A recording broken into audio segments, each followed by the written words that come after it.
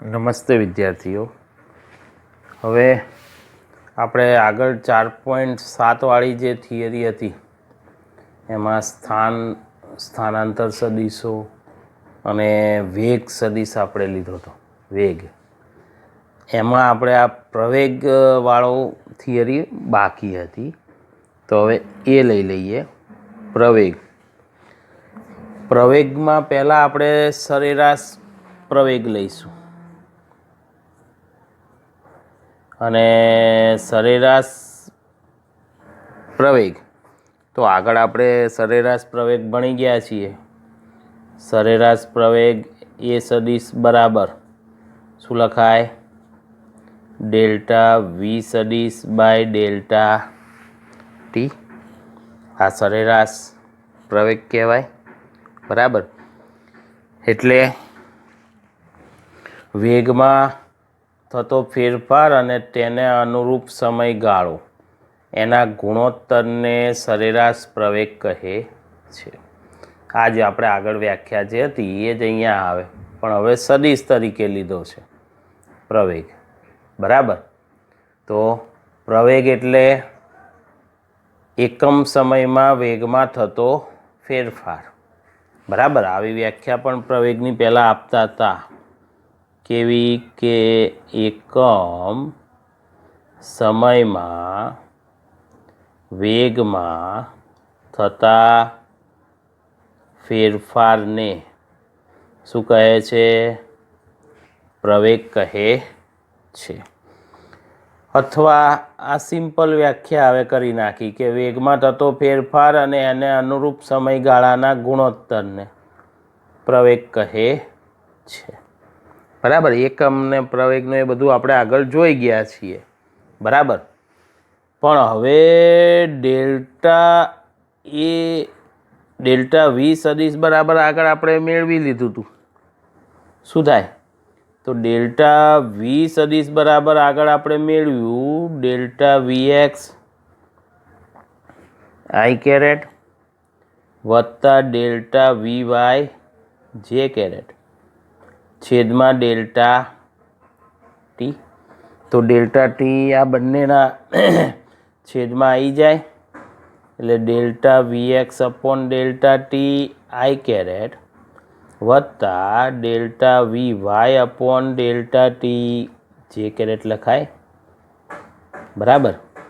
તો આ સરેરાશ પ્રવેગ અને delta V X upon delta T એટલે આ પ્રવેગનો એક્સ ઘટક થયો અને આ પ્રવેગનો વાય ઘટક થયો. તો પ્રવેગનો એક્સ ઘટક આપણે એ એક્સ લઈએ તો એ એક્સ આઈ કેરેટ, પ્રવેગનો વાય ઘટક આપણે એ વાય લઈએ તો એ વાય જે કેરેટ. તો આ સરેરાશ પ્રવેગનું સમીકરણ. બરાબર. અને સરેરાશ પ્રવેગ આલેખમાં લઈએ તો ધારો કે આ વાયમાં એક્સ એમ છે, આ ઉગમ બિંદુ. બરાબર. તો ધારો કે જો આ રીતે કોઈ પદાર્થ ગતિ કરતો હોય તો એનો સરેરાશ વેગ લેવો હોય તો આ રીતે એના પરસ્પર લંબ એવા બે ઘટકો. તો એ આ ગાળાનો તમને આ સરેરાશ વેગ મળી જાય. બરાબર. અને આ ખૂણો થીટા, આ ઘટક વી એક્સ આઈ કેરેટ, આ ઘટક વી વાય જે કેરેટ. બરાબર. સમજાયું?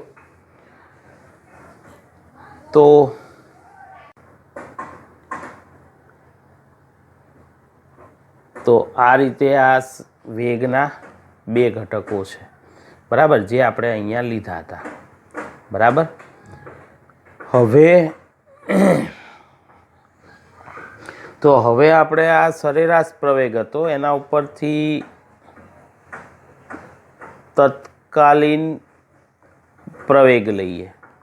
બરાબર ને? કેવી રીતે મળે? તો એ આપણને ખબર છે કે અંદર લિમિટ મૂકવી પડે. લિમિટ મૂકવી પડે એટલે સમયગાળો જેમ બને એમ નાનો લેવો પડે તો આપણને તત્કાલીન પ્રવેગ મળી જાય. તો આ જે ડેલ્ટા વી સદીશ બાય ડેલ્ટા ટી વાળું સમીકરણ હતું એમાં limit delta T tends to 0 મૂકી દઈએ તો આપણને આ કયો પ્રવેગ મળશે? તત્કાલીન પ્રવેગ મળશે. તો તત્કાલીન પ્રવેગ એ સદીશ બરાબર તો આ શું થઈ જાય? ડીવી સદીશ બાય ડીટી થઈ જાય. એટલે કે વેગનું સમયની સાપેક્ષે વિકલન. તો કરવાથી શું મળે? પ્રવેગ મળે છે. બરાબર. તો આ તત્કાલીન પ્રવેગ એ સદીશ બરાબર શું લખાય? ડીવી સદીશ બાય ડીટી. બરાબર. અને જો તમે અહીંયા ડેલ્ટા વી સદીશના પાછા આ બે ઘટકો મૂક્યા હોત તો એ સદીશ બરાબર limit delta T tends to 0 તો પાછું અહીંયા delta V X upon delta T I caret plus delta V Y upon delta T J caret થાય. લિમિટ અંદર બે સાથે ગુણી નાખીએ તો એ સદીશ આઈ કેરેટ બાર રાખો, limit delta T tends to 0 તો આ delta V X upon delta T વત્તા J caret limit delta T tends to 0 delta V Y upon delta T. તો લિમિટ મૂકી એટલે હવે શું થઈ જશે? તો તત્કાલીન પ્રવેગ આનું શું થઈ જાય? D V X upon DT.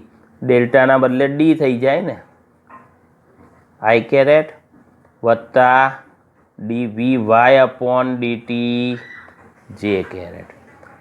બરાબર. તો આ રીતે સરેરાશ પ્રવેગમાંથી તત્કાલીન પ્રવેગ મેળવાય. તો આ પ્રવેગનો એક્સ ઘટક અને આ પ્રવેગનો વાય ઘટક પરસ્પર લંબ એવા ઘટકો, અને એક્સ ઘટક આપણે એ એક્સ લઈએ છીએ તો એ એક્સ આઈ કેરેટ વત્તા એ વાય જે કેરેટ. તો આ થઈ જાય પ્રવેગ. અને પ્રવેગનું મૂલ્ય લેવું હોય તો માનાંકમાં એ સદીશ બરાબર વર્ગમૂળમાં અદિશ ઘટકોના વર્ગોનો સરવાળો. આ રીતે લેવાય. પ્રવેગની તમારે દિશા લેવી હોય તો દિશા લેવા માટે ટેન થીટા બરાબર એ વાય છેદમાં એ એક્સ. તો થીટા બરાબર શું લખાય? ટેન ઇન્વર્સ એ વાય છેદમાં એક્સ. તો આ રીતે આ પ્રવેગ મળશે. અને તત્કાલીન પ્રવેગ માટે સરેરાશ પ્રવેગમાંથી તત્કાલીન પ્રવેગ મેળવવા માટે જુદા જુદા 4 ગ્રાફે દર્શાવેલા છે. જો આ પહેલા નંબરનો ગ્રાફ આ પદાર્થની ગતિ, બરાબર. આ બીજા નંબરનો, થોડી આકૃતિઓ નાની નાની દોરવી પડશે. આ ત્રીજા નંબરનો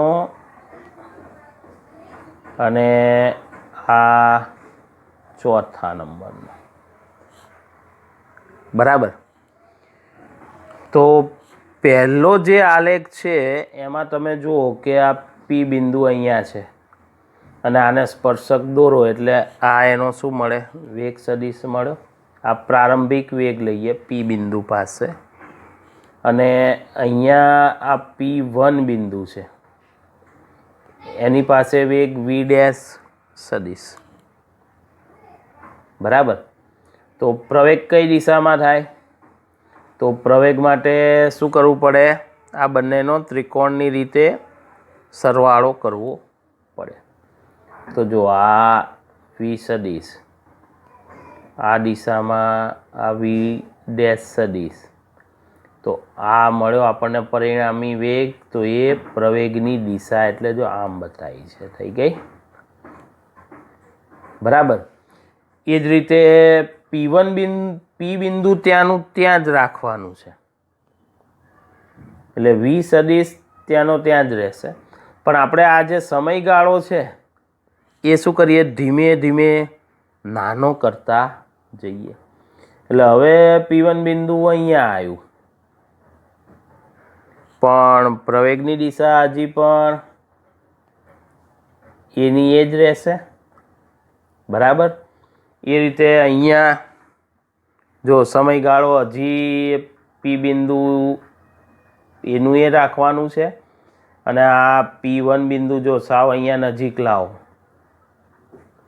સમયગાળો જો આ નાનો થયો, હજી પ્રવેગ હજી એ દિશામાં છે, અને એમાંથી શું કરો કે હવે આ પી બિંદુ છે તો સમયગાળો લગભગ 0, એટલે P1 એ અહીંયા જ લાવી દો, તો જો આ પ્રવેગની દિશા, તો આ તત્કાલીન પ્રવેગ છે. બાકી આ બધા કયા, સરેરાશ પ્રવેગ. કેમ કે અહીંયા જો સમયગાળો છે, અહીંયા સમયગાળો નાનો કર્યો પણ છે, અહીંયા નાનો કર્યો પણ સમયગાળો છે. જ્યારે અહીંયા આપણે સમયગાળો કેટલો નાનો કર્યો, તો limit delta T tends to 0 જેટલો. એટલે આ પ્રવેગ કયો મળ્યો કહેવાય, તો આ તત્કાલીન પ્રવેગ કહેવાય. જ્યારે અહીંયા દરેક આલેખમાં, ઉપરના 3 આલેખમાં સરેરાશ પ્રવેગ મળ્યો છે અને એની દિશા બતાવેલી છે. જ્યારે આ તત્કાલીન એટલે પી બિંદુ પાસેનો પ્રવેગ કહેવાય. જ્યારે ઉપરના બધા પ્રવેગ P1 વચ્ચેનો આ સરેરાશ પ્રવેગ બતાવે છે. સમજાયું? તો આ રીતે તમે સરેરાશ પ્રવેગ ઉપરથી તત્કાલીન પ્રવેગ મેળવી શકો. બરાબર.